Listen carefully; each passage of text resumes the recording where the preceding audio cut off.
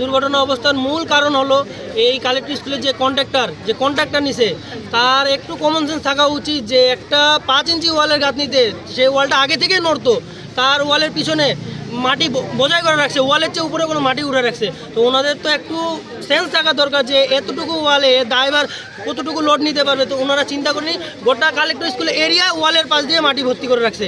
আজকে যে দুর্ঘটনা ঘটছে সেকে কে ড্রাইভার নিবে? এর ড্রাইভার আপনারা আজকে যে কন্ট্রাক্টরের যে 50-60 জন লেবার কাজ করতেছে, আমরা আসে দেখি যে যারা আহত হয়েছে তারা পড়ে আছে, লেবার একটা ভয় রুমে যায়, ভয়ে ঢুকে আছে রুমের ভিতর। আপনাদের আহত হয়েছে ওখানে 6-7 জন, 6-7 জনে ওখানে পড়ে আছে। 2 জনের অবস্থা একবারে মানে আল্লাহ জানে কি হয় না হয়, দোয়া করেন। অবস্থা খুবই খারাপ। আসে যে আমরা যে দেখবো আমাদের নিজে দেখে আমরাই চোখে পানি চলে আসছে।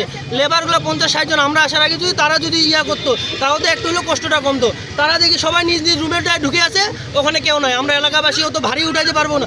ফায়ার সার্ভিসকে ফোন দেওয়া হয়েছে, ফায়ার সার্ভিস আসছে আধা ঘন্টা 45 মিনিট পর। সেনাবাহিনী আসে, তারা দেখতেছে। তো কী কাজটা কি তারা আসে যে কাজটা যে তারা ওরা করবে, কী কাজটা করতেছে? রুগীর অবস্থা অটো নিয়ে আমরা পাঠিয়ে দিলাম, কোনো অ্যাম্বুলেন্স নাই, ফোন দেওয়া হলো, পুলিশকে ফোন দেওয়া হলো, আপনার ফায়ার সার্ভিসে ফোন দেওয়া হলো, তারও কোনো খোঁজখবর নাই। শেষে আমরা রুগীর অবস্থা, একটা রুগীকে তো আমরা অটোতে উঠাইছি, সেন্স অবস্থা মানে উনি সেন্স হারাই ফেলছে। ওনাকে যে আমরা পানি ছিঁড়েছি উনি কোনো নাই।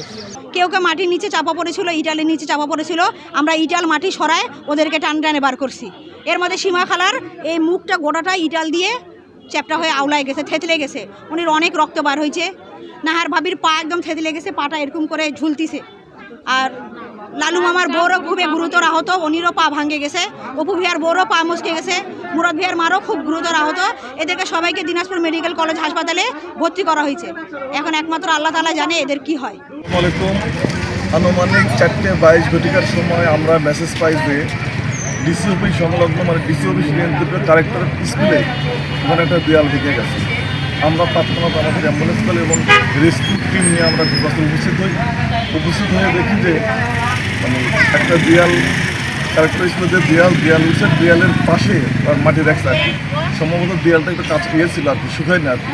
অত সম্প্রতি দেয়ালটা উঠেছে, যে কারণে মাটির চাপে দেয়ালটা ভেঙে গেছে।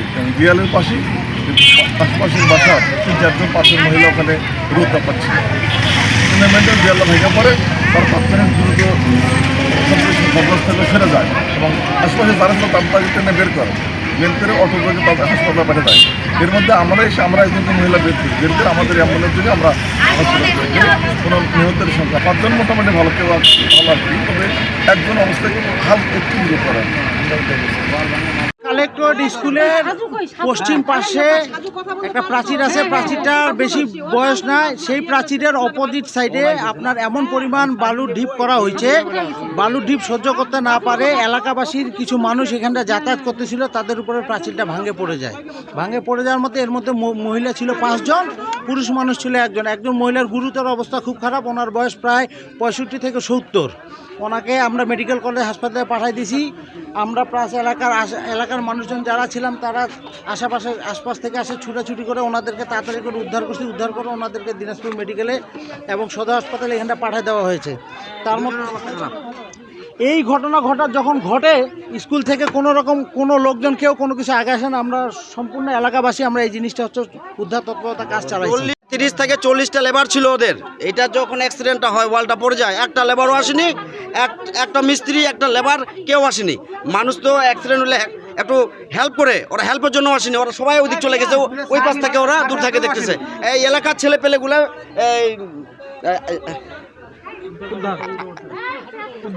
আপনার যেগুলা হয়েছে আহত হয়েছে ওরা এগুলা উদ্ধার করছে এগুলা। আর 2-3 জনের অবস্থা খুবই খারাপ। ফায়ার সার্ভিস আসে মানে উদ্ধার করার পরে তারপরে আসে, ওরা আসতে তো সময় অবশ্যই লাগবে। তারপরে ওরা খুব তাড়াতাড়ি আসে, তার আগেই আমরা আর কি মনে করেন যে উদ্ধার করে আমরা মেডিকেল পাঠানো হয়েছে। আমরা 5 জন ছিলাম ওখানে, আমরা বসেছিলাম। আর আচমকায় ওয়ালটা পড়ে গেল, আমরা সবাই ওয়ালের মধ্যে মানে আমরা সবাই চাপা পড়েছিলাম।